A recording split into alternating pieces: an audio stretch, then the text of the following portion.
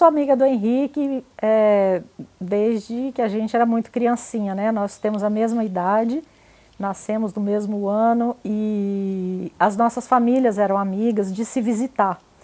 E aí a gente sempre conviveu junto, né? Eu me lembro que ele tinha 8 anos, ele fugiu de pijama da casa dele e foi brincar comigo. A gente morava na Vila Militar, ali perto da Praça das Araras.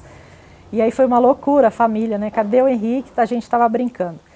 E depois a gente, mesmo se encontrando em adolescência e tal, eu fui estudar no Rio de Janeiro, fui estudar artes e voltando aqui em 78 para umas férias, eu descobri que ele também tinha feito artes, né, em São Paulo, e a gente se reencontrou num desfile de escola de samba, né, a escola em cima da hora. Então foi muito legal, assim, né? Meu irmão estava morando aqui, também estava bastante em contato com ele, com Carlos Iraci. E aí foi muito legal, assim, ter esse contato do Henrique artista. Quando eu voltei para morar em Campo Grande, em 82, a gente se reencontrou mais.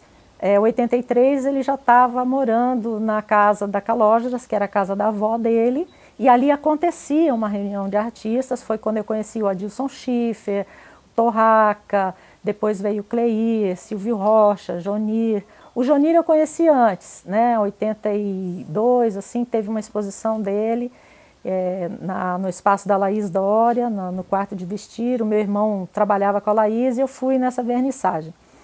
Então, assim, participei desse começo, né, desse movimento Guaicuru, né, na casa do Henrique.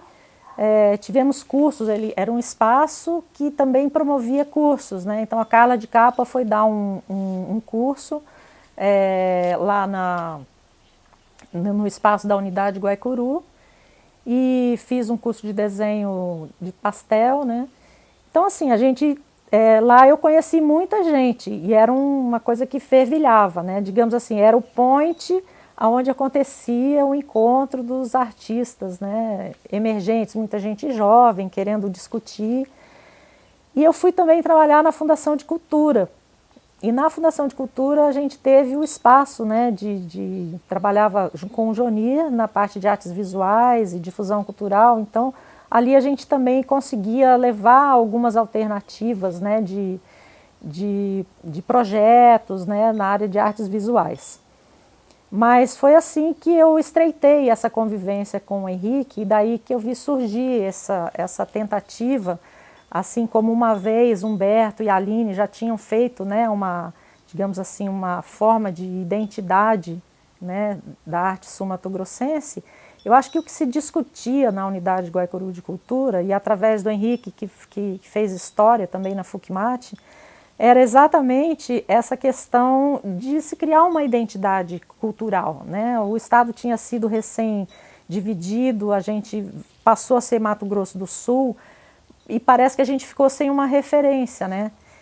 Agora, eu particularmente acho interessante essa visão do Henrique do homem guaicuru, né? Do Imbaiá, né, do nativo Guaicuru, por toda digamos assim, a representatividade que isso tinha, que era uma tribo resistente, guerreira, né, e a gente tinha toda essa necessidade, digamos assim, em relação a fazer com que a nossa expressão fosse afirmada, né. Agora, discutir identidade sul-mato-grossense é uma coisa muito complicada, né, porque a gente é fruto de uma grande mistura, né? Não só temos a segunda população indígena, a maior população indígena do país, como também sermos fruto de uma colonização de mineiros, gaúchos, portugueses, espanhóis, italianos, japoneses, sírio-libaneses, ou seja, nós somos um caldeirão, né? E a gente traz um pouco toda essa mistura, né? Mas naquela época, eu acho que discutir uma identidade era uma coisa interessante, eu acho que não tem o seu mérito, né? E depois eu acho que ficou uma coisa muito abrangente. Não necessariamente existia, tipo assim, todo mundo tem que incorporar os elementos indígenas no seu trabalho de expressão artística, né? Mas era uma forma de se tentar criar uma identidade para Mato Grosso do Sul. Então, eu não vejo muito como cisão, né? Eu entendo os processos como eles sendo, assim, a menos que você realmente proponha uma ruptura, né? Eu imagino os processos como eles se interpondo, né? Eu acho que é muito natural que venha uma geração e que ela seja inspiradora para outra geração e que em determinado momento elas se cruzem, né? Como aconteceu, né? Eu participei da exposição Tudo é um Mato Só, que a Aline programou essa exposição junto com a Universidade de Mato Grosso. E a gente fez uma exposição com, né, com todos esses artistas sul-mato-grossenses e mato-grossenses. Então eu acho que eu não vejo como uma cisão, eu vejo sim como um posicionamento, né, de na época um pessoal mais jovem do que a geração do Humberto Spíndola, recém-formados, digamos assim, se colocando, né, se apresentando e tentando fazer digamos, uma apropriação, né, ou digamos, sei lá, não seria talvez uma apropriação, mas se baseando nessa cultura guarani, né, tendo isso como uma inspiração para que tivesse um significado, né? Humberto ele tinha uma coisa muito particular que era a exploração do tema bovino, e aí vem essa criação, entre aspas, da bovinocultura, né, dessa inspiração dele. Por outro lado, seguir essa linha seria uma coisa de ser discípulo do Humberto. Eu acho que as pessoas não tinham muito essa necessidade, né? Mas tinha necessidade de uma autoafirmação enquanto Estado novo, enquanto, né, originário dos, né, descendentes. Nem eu sou descendente de índio, nem o Henrique. O Henrique era descendente de alemão, né, os Spenglers. Então, assim, mas tinha aquela identidade, nós somos fruto disso, né? E aí eu não vejo como uma cisão, né? Mas eu vejo como uma colocação, ó, nós vamos tentar descobrir uma identidade, vamos fazer dessa identidade o nosso mote, digamos assim, né? E a nossa pesquisa. E o Henrique tinha isso, né? Ele tinha uma pesquisa em cima dos... Então, na verdade, agora, atualmente, eu já lembro bem menos, né? Porque tantas coisas passam na vida da gente, né? São mais de 40 anos, né, dentro desse universo aí. Mas assim, o Henrique ele tinha um discurso de um historiador, antes de mais nada, né? O Henrique era um colecionador, assim como eu sou uma colecionadora, como meu irmão era um colecionador. E eu acho que a história se faz através desses fatos, dos objetos, dos manifestos. Eu não vi muitas coisas escritas pelo Henrique, mas assim, nas discussões que a gente tinha, né? O Henrique era um cara libertário, né? Era um cara alegre, mas era um pesquisador. Então, assim, dessa afirmação, dessa pesquisa em relação aos Guaicuru, aos Caduel, por exemplo, a primeira vez que eu ouvi a palavra litoral central, eu ouvi através do Henrique, o Mar de Charaés, o litoral central. Tanto que, quando eu trabalhei com o Geraldo Roca, a gente conversou muito sobre essa questão do litoral central. O Henrique já falava, já falava litoral central? O Henrique falava em litoral central. E foi por conta dessa discussão do Mar de Charaés e litoral central que eu discutia isso com o Geraldo Roca, né? Que a gente trabalhou junto num show na Rio 92, e depois ele foi o produtor do meu CD. E aí eu me surpreendi quando o Geraldo colocou no disco dele o nome Litoral Central. Isso foi muito legal. A música do Litoral Central, né? Essa apropriação, então assim, também é uma apropriação, né? Também é uma discussão em cima de que aqui foi o Mar de Charaés, que tinha... Então, eu ouvia muito do Henrique essas questões, baseado nessa pesquisa dele dos Guaicuru. Mas eu não posso te dizer assim quão profundo era isso, né? Porque a nossa convivência, eu tinha um filho pequeno e um na barriga e depois um recém-nascido, né? Trabalhava em várias áreas, trabalhava na área de artes plásticas, trabalhava na Fundação de Cultura, ainda não atuava na música, né? Que foi só em 86.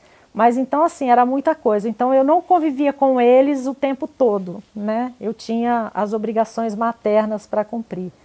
Mas ele pesquisava muito, né? Ele tinha toda uma discussão. E tinha um grupo, né, que eles se reuniam para fazer essas discussões. Olha, logo que eu entrei na Fundação de Cultura, eles tinham um projeto chamado Encontros Regionais de Cultura. E a Idara, o Guizo era o presidente, a Idara era a diretora da difusão cultural. E eu fui a primeira vez, junto com a Idara, para Ponta Porã. Nós fomos recebidos pelo Júlio César Álvares, e ele, um sociólogo, artista, né, um dos artistas mais importantes ali daquela região do Paraguai. E eu comecei a participar dessas discussões, desses encontros regionais de cultura, onde se discutia o que estava sendo produzido, né, em termos de arte, artesanato nessas regiões. Então, primeiro foi essa região ali de Ponta Porã. Depois, a Idara, o Guizo faleceu, a Idara assumiu a presidência da Fundação de Cultura e eu fui nomeada a diretora de difusão cultural. E eu fui junto com a professora Maria da Glória para Corumbá, para, digamos assim, coordenar o encontro em Corumbá. Então, digamos assim, naquela oportunidade que eu entrei na Fundação de Cultura, a gente pôde fazer, entre aspas, uma discussão em algumas cidades estratégicas para discutir o que estava sendo produzido. Então, a Fundação de Cultura, ela queria ouvir naquele momento. Foi a primeira Fundação de Cultura, né? Veio da Secretaria de Desenvolvimento Social, a SDS, e foi a primeira Fundação de Cultura, criada no governo do Dr. Wilson. E, assim, a gente realmente via que existia muita valorização, né, desse fazer cultural. Na época, concomitante com isso, aconteceu uma associação de artistas plásticos, né? E a gente fazia, era uma coisa meio paralela, tinha os momentos políticos, que eram exposições, a presidente era a Iria Nicolatti, e ali a gente convivia com o Hilton Silva, com o Jonir, com vários, né, Neide Ono, Leonor Lage, né, todos os artistas atuantes naquela época. A gente se reunia, fazia parte dessa associação e tinha uma interlocução, Fundação de Cultura, que eu e o Jonir levávamos nessa época. O Jonir era o técnico de artes visuais, a gente levava essa discussão para os artistas. Olha, é isso mesmo, a Fundação está propondo isso, a Funarte está propondo esses painéis, é isso que a gente quer? Né? Vamos propor o que a gente quer? Vamos tentar fazer uma discussão?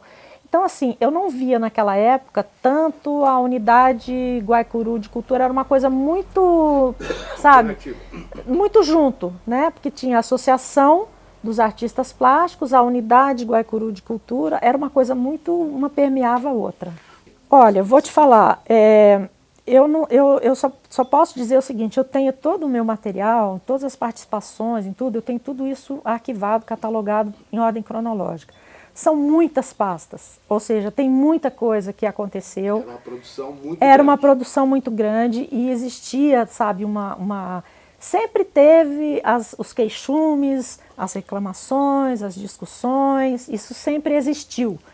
Mas eu acho que era uma coisa muito atuante, sim. Eu não sei se porque naquela época todos nós éramos jovens, entendeu? E tínhamos toda não que a gente não seja, né, porque o espírito continua jovem, mas eu digo assim, que a gente estava começando a achar cada um o seu caminho dentro das artes visuais, a sua expressão, uns mais reconhecidos, outros ainda não, mas era um começo e a gente tinha uma atuação, né, e a gente expôs fora daqui, a gente tinha uma participação muito ativa, né, e eu posso confirmar isso através dessas pastas, né, que são muitas coisas. Hoje, quando eu olho para trás, falo, caramba, né? Quanta história, quantas coisas feitas. Eu sei que na década de 80, na década de 90, até a partir do ano 2000, eu assim, consegui ver várias formações da Associação de Artistas Plásticos, várias diretorias, eu participei de muitas, né?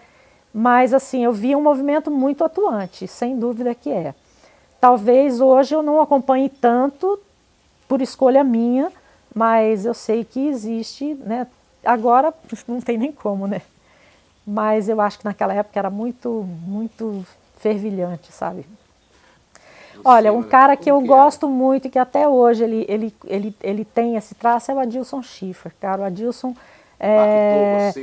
o Adilson, ele tinha uma coisa muito legal. Aliás, eu sou assim, eu tenho muitos trabalhos trabalhos do Adilson, tenho trabalho do Luiz Xavier, tenho do Silvio Rocha, né? Na verdade, eu tenho uma grande coleção, né, da arte sul-mato-grossense.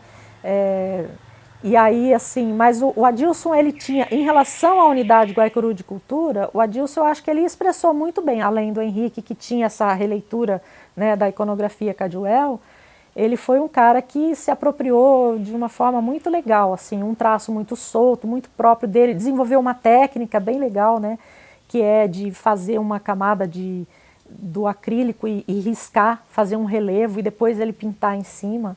Eu acho muito legal o que ele desenvolveu. Visuais, você acredita? Olha, Rodrigo, sabe que eu nunca pensei nisso? Realmente. Você falou do Geraldo Roca, ele pegou um dado então, de que rolava assim, ali. Né, se eu pensar nisso, talvez eu encontre, né? Até porque assim, não era uma coisa que te batia. Não era uma coisa que me batia, até porque na época eu estava mais ligada nas artes visuais do que na música, né? Eu só fui entrar no Arrastapé em 86. Então, assim, eu cantei no Rio de Janeiro profissionalmente, mas quando eu vim, criança pequena e tal, eu não mexia com música, né? Em 86 é que eu fui cantar no Arrastapé.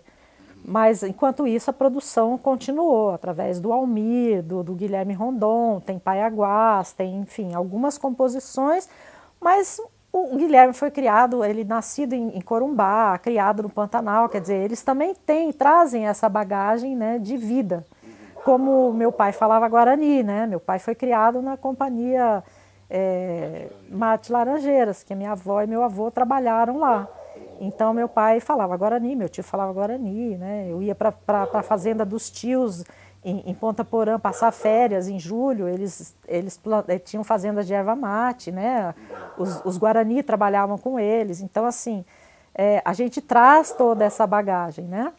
Agora, na época, existia uma tendência das pessoas, né, não só em relação aos Guaicuru ou à comunidade indígena, digamos assim, mas também a questão do Pantanal, né? Então, assim, quando falava em arte regional, muita gente representava, né? A gente via muito isso claramente na Casa do Artesão, né? E aí, quando você, falando do lado institucional, eu trabalhei na Fundação de Cultura, como é que você atrai um turista, por exemplo, né? Que tipo de produto você oferece na questão que eu sempre defendi, a questão de atrelar as manifestações artísticas ou a cultura à questão econômica, né? Ao turismo, né? O turismo, essa questão cultural. Então, assim, o que você oferece para o turista que a pessoa vai comprar e vai falar, olha, isso aqui é lá do Mato Grosso do Sul, eu reconheço isso como sendo de lá. Então, existia essa discussão e essa representatividade. E aí permeava não só a questão indígena, né, não só a cerâmica Caduel, Terena, né, como também as questões ligadas ao Pantanal, né, aos animais. Então, isso foi uma coisa que vinha. E eu, assim, como vivi não só como o lado artista, mas o lado institucional, digamos assim, eu passeava nesses universos, né? Então, assim, eu via claramente essa necessidade, inclusive de melhorar esse produto, coisa que mais tarde isso foi proposto, né? Para alguns artesãos, para que eles pudessem replicar isso dentro da Casa do Artesão, para que a Casa do Artesão não tivesse pano de prato pintado com crochêzinho, ou que fosse uma coisa mais representativa mesmo da arte do artesanato sul-mato-grossense. Então, assim, mas existia essa preocupação, né? Como é que a gente pode ser visto lá fora, né? E que a gente seja identificado como sul-mato-grossense. Então, nesse sentido, eu acho que houve uma grande contribuição da Unidade Guaicuru de Cultura, né? Do Humberto com a Bovinocultura, porque eu acho que através disso as pessoas poderiam, né, saber que Conceição dos Bugres, né, você quer emblema maior, representação maior do que Conceição, né? Não, eu não tinha muito essa distinção, não, porque, na verdade, a gente vivia todo mundo junto, né? E você se considerava do movimento Guaicuru? Então, eu era considerada do movimento, tanto mas que a primeira... Sim, até porque, assim, eu convivia dentro da casa, né? A sede... Estamos junto. Todas as vezes que acontecia alguma coisa, eu era chamada, né?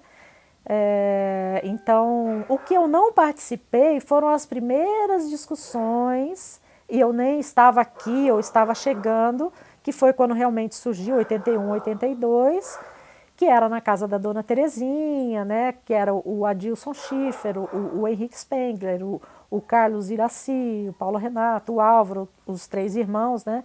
Então, nessa época, eu não estava aqui ainda. Então, nessa época, eu fiquei de fora. Mas quando o Henrique foi morar na casa que era da avó dele, que aí virou um espaço de arte e tudo, aí sim, a partir daí eu estava dentro. E se sentia nesse coletivo, né? Me sentia nesse coletivo, mas assim, é engraçado que, como eu te falei, né, nem sempre eu estava dentro de todas as discussões, né? Até porque eu tinha outras obrigações, digamos assim, né? Olha, tinham muitas mulheres participando, né? Então, assim, eu nunca vi, a única coisa que eu... E eu sempre fui uma mulher meio braba, assim, sabe? Eu sempre fui criada com homens, né? Eu tive 3 irmãos, 3 primos homens, eu fui criada, depois só tive filhos homens. As bandas que eu tocava, Xalana de Prata, o Arrastapé ainda tinha 2, 3 mulheres, mas... Então, assim, eu venho de uma família que tem muito homem, né? Então, eu nunca tive muito problema, não, assim, em enfrentar as situações e bater de frente, e me posicionar e me colocar. Eu sempre me coloquei em todas as situações, nunca levei desaforo para casa, né? Mas, assim, eu acho que a gente conseguiu, sabe?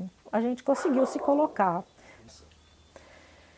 Olha, eu acho que teve um momento em que eu comecei a, inclusive em relação ao meu trabalho, que a gente vai falar depois, só para porque tem essa referência indígena, eu comecei a perceber, até comentava com você, a questão da tecelagem, né? Eu montei um núcleo de tecelagem, e aí através da Cleide Amador a gente conseguiu trazer as índias terena para fazerem um curso para elas mesmas, para não deixar morrer a tecelagem terena. Não foi um curso aberto, né? Eu até tinha muita curiosidade, porque eu tenho muitas faixas, né, feitas por elas, mas elas queriam que isso fosse passado das mais velhas para as mais novas e que ficasse entre a comunidade, e a gente respeitou. A partir daí, algumas pessoas questionaram essa questão da apropriação. O que a gente estaria pagando de direito autoral para os índios para utilizar a iconografia deles, né? Então, isso foi uma discussão, eu não sei... Você lembra do Henrique participar dessa Não, discussão? não, isso foi uma... Porque, assim, dentro da fundação... Interno, né? Quando eu trabalhei eu trabalhei 10 anos na Fundação de Cultura e depois eu fui para a TV Educativa. Então, dentro da fundação, eu trabalhei alguns anos como coordenadora da difusão, depois eu fui convidada para assumir a direção do Centro Cultural, né? Depois eu fui para o Marco. Quando eu saí do Centro Cultural, eu fui para o Marco, aí o Marco ganhou uma sede nova, onde é da Energisa ali. Depois eu fiquei como coordenadora interina, mas no Marco eu montei o Ateliê Livre junto com o Júlio César Álvares e com o Júlio Feliz.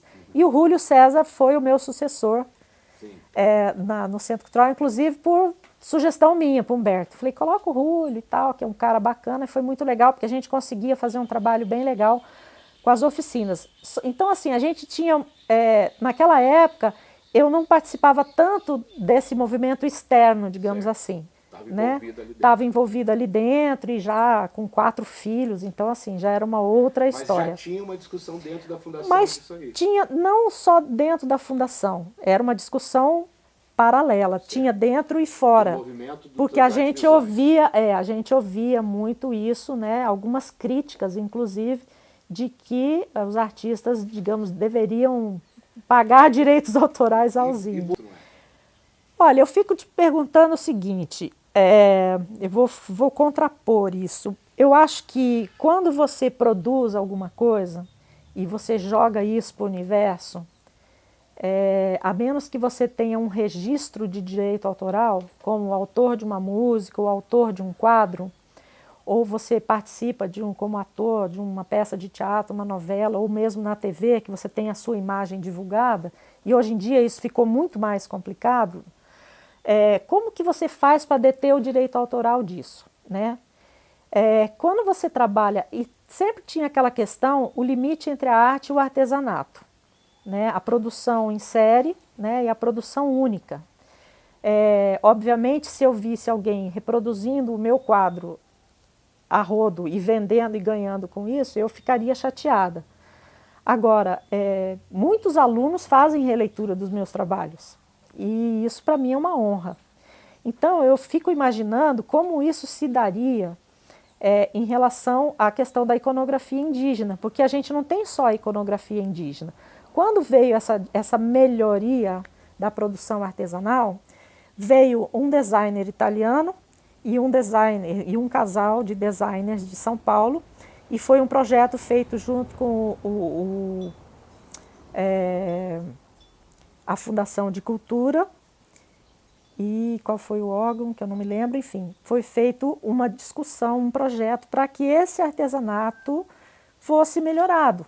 E aí foi realmente feito um trabalho em cima das iconografias, foi lançado um livro, né?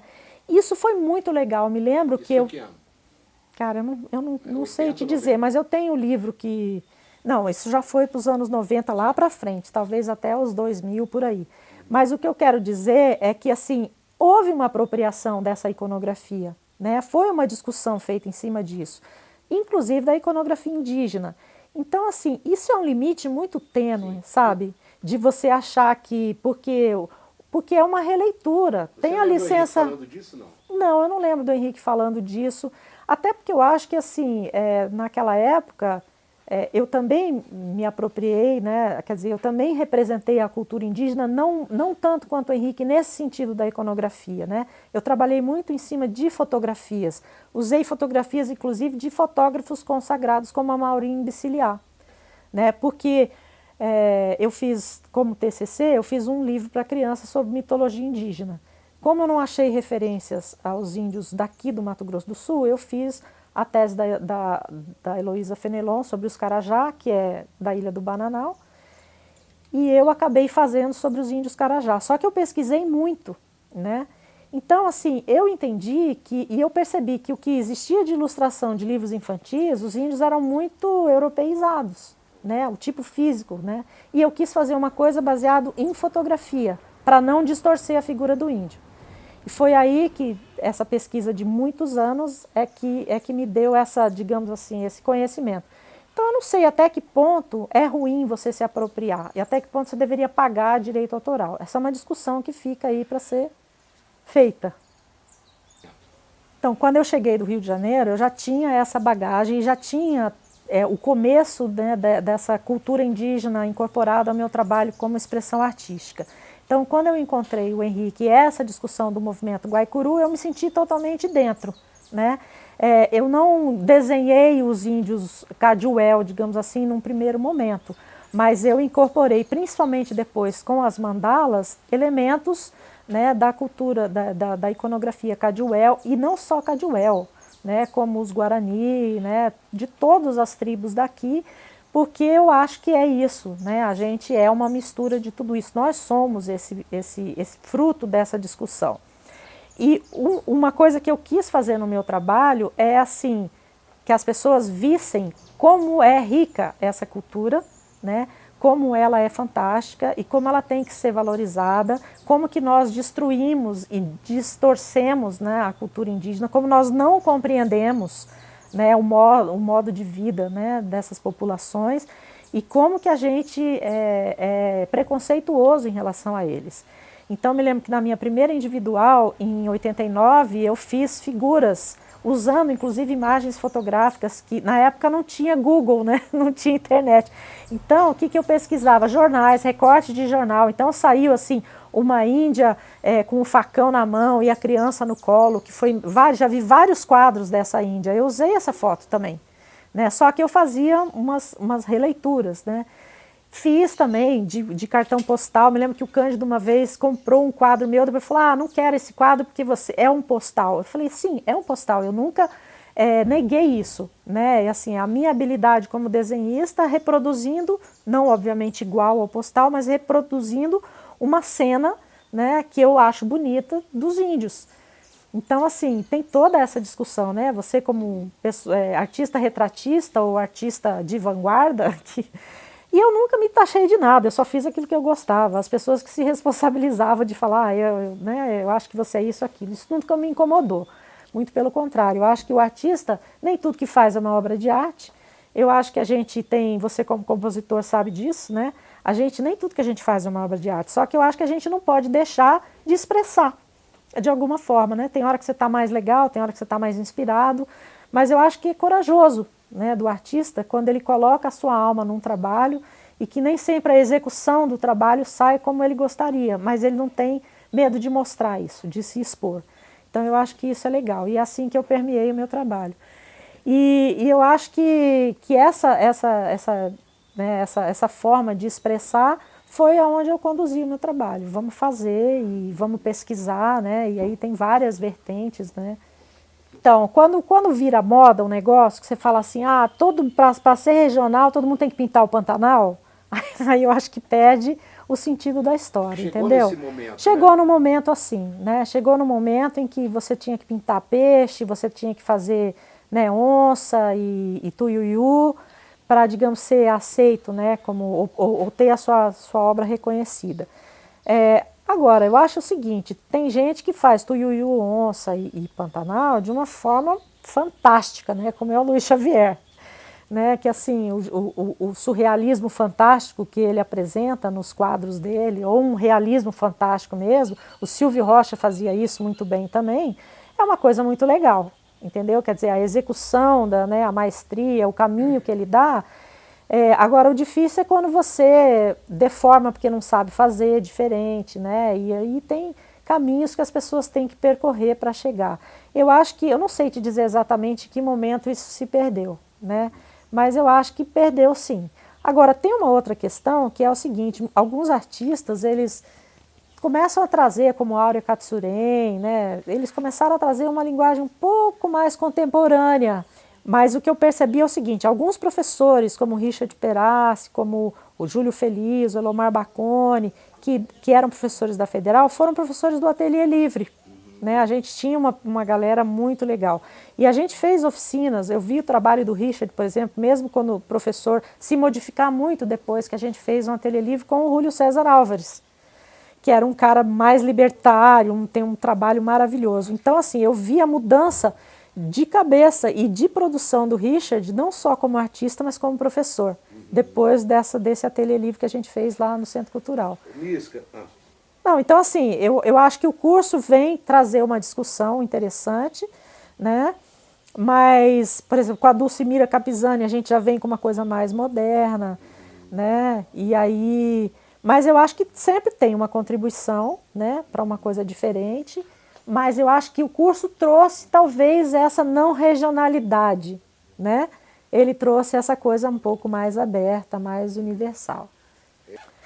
Mas como eu vou só, enquanto você pensa aí, assim, como artista, eu confesso para você que nem sempre eu parei para pensar, embora... Você está fazendo, você não pensa. Você está fazendo, você não pensa. Olha, eu acho que falta sim porque assim, eu sou procurada, por exemplo, eu sou procurada por inúmeras escolas para fazerem releituras do meu trabalho, não só eu, como vários outros artistas. Uma época, eu e o Henrique fomos, digamos, questão do vestibular, como artistas sumatogrossenses que tinham a temática indígena como inspiração do seu trabalho. Então, assim, muito esparçadamente isso acontece, mas eu sinto muita falta nos cursos de história. Essa nova geração que vem não conhece a história do Mato Grosso do Sul. E ele deixou o seu acervo pessoal, que a família doou e foi incorporado. Então eu acho que graças a ele e a esse estudo da história regional, pelo menos em Coxim, ficou uma semente, que eu acho que continua dando frutos, até porque eu vi um artigo da Thaís, eu esqueci o sobrenome dela, que é professora do curso de História, que ela formou pela UFMS em Coxim, e ela tem um trabalho muito interessante em relação a isso, né? Então eu acho que fica aí, de repente, essa provocação, eu acho que está faltando sim, né? Claro que sim, a gente não consegue interiorizar e formar essa rede. A gente tem aqui da UANA também, né, que tem uma população indígena muito grande, né, tem um Instituto Federal lá, eu não sei se... Eu estou falando até da organização da gente como artista. Sim, mesmo, sem dúvida. Não consegue fazer essa conexão. Então, você participou, acho que, de um projeto que o Roca foi também, fazendo shows pelo interior. Eu me lembro dele falar que, assim, antes a plateia vaiasse do que ficar apática, entendeu? Vocês estão vivos, Vocês estão vivos. E a gente fez um projeto Beija-Flor, que a gente foi para o interior também, com público escolar. Assim, é muito difícil você colocar, porque as pessoas estão muito massificadas com essa mídia que eles veem em televisão, essa coisa de, sabe, que é vendida, né, pelas gravadoras e que a gente não tem espaço aqui. Infelizmente, a gente não é conhecido. Eu me lembro que eu falava assim, o Almir, uma época, me convidou para ir para a gravadora dele. Eu falei de você para a minha gravadora. Falei, Almir, só que você vai ter que vir para São Paulo. Eu falei, esquece, eu não vou para São Paulo com 4 crianças, entendeu? Ele falou assim, ele brincou, falou assim, aí você vai virar escravo da gravadora. Eu fico pensando hoje, acho que eu teria virado uma Paula Fernandes, se eu tivesse ido. Mas assim, será que eu teria gostado, sabe, de fazer uma coisa? Então assim, eu fiz opções, né? E aí eu fico imaginando, né, que eu falei, cara, se eu for conhecida no fundo do meu quintal, tá ótimo, né? Agora, por conta da televisão, eu me tornei uma pessoa mais conhecida, né? Até, e muito legal, e que eu trabalhei junto com a música, né? Que foi levando a música dos artistas para o Brasil todo, por 12 anos, né? Isso foi muito legal. Então, de uma forma ou de outra, a gente fez um trabalho. Agora, essa coisa de nós sermos regionais e de nós sermos conhecidos na nossa região, nós não somos, né? Nem foi piorando muito os veículos foram. Tinha um som do mato, não tem mais. E daí, se a gente for entrar nisso... Né? Mas eu acho que isso é uma lacuna, sim. Né? E a gente discutia isso com o Paulinho em relação, por exemplo, ao pessoal da Bahia. Né? O pessoal da Bahia, quando foi para fora, a gente discutia isso com o Geraldo Roca, com o Paulo Simões, quando a gente foi para Rio 92. Tipo assim, o pessoal é conhecido dentro do seu estado. E quando sai para fora é porque já está bombando. Né? Então, assim, a tentativa na época era a gente fazer isso. O que a gente vai levar para fora? A gente tem que fazer essa coisa funcionar aqui dentro, entendeu? Até hoje a gente não várias tentativas, né? Trem da Cultura, tem vários projetos que através dos órgãos a gente, né, tentou fazer isso, né? Dias que a gente está terminando. Mas não... Olha, na verdade, assim, eu acho que eu fui andando junto. O movimento Guaicuru, para mim, a não ser quando o Johnny me chama para participar das exposições e que eu falo, nossa, tá vivo ainda? Ele é o movimento Guaicuru ambulante, eu falo para ele. Então, eu penso muito nisso, entendeu? Assim, é como se eu não tivesse deixado de fazer parte disso, mas eu vejo muito isso como uma geração, como parte de uma geração. Eu não sei se essa discussão perdura até hoje, eu não sei se tem pessoas novas sendo incorporadas, talvez não tenha, entendeu? Talvez isso tenha sido uma coisa que perdura até hoje, como a bovinocultura perdura até hoje, mas, digamos assim, sustentada por aqueles que a criaram e que pertenceram e pertencem, digamos assim. Eu, através da galeria da TV Educativa, que eu fui curadora, né, nos últimos tempos que eu trabalhei lá, eu dei oportunidade para pessoas que estão chegando agora, como o Alan Vilar, o Rodrigo Albuquerque. E aí eu vi crescer vi aparecer uma outra geração, e essas pessoas não têm muito essa discussão, mas tem, por exemplo, todo um trabalho muito interessante, né? O Alan, por exemplo, está pintando em penas, está fazendo bordados em folhas secas, em pétalas de rosas. Então, assim, tem toda uma história que entra com elementos, né, da nossa região, mas não pertence a um movimento. Entendeu? É uma coisa meio que corre com novas pessoas, novos artistas surgindo aí. Então, assim, talvez não, a menos que a gente criasse digamos, uma iniciativa de falar, gente, vamos agregar novas pessoas, né, novos talentos aí ao movimento Guaicuru. E eu não sei se isso é uma coisa que cabe ainda ou se é só o que está, a onda, o eco dessa onda que continua, né? Se ele fosse uma cor, ele seria aquela cor terra. Essa seria a cor de um laranja terra. É assim que eu vejo ele. Foi muito difícil, né? Mas assim, perdeu a Henrique tão jovem, mas ele continua presente, assim, todo esse legado, né? Não só o Henrique, como o Wilton, como, né, todo mundo que eu acho que o artista tem isso, né? Ele deixa a obra e a obra vai representá-lo para sempre, né? Isso aí que eu acho que fica. É a nossa contribuição. Afinal de contas, a gente coloca a alma da gente, né, no trabalho. Então, que a nossa alma seja lembrada através dos nossos trabalhos. Obrigado.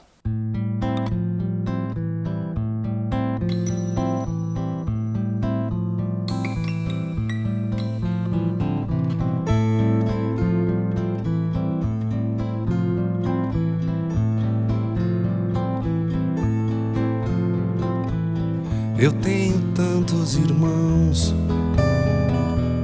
que não os posso contar,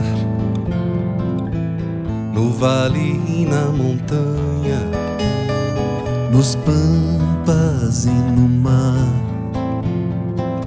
cada qual com seu trabalho, com seu sonho, cada qual com a esperança adiante, as lembranças para trás.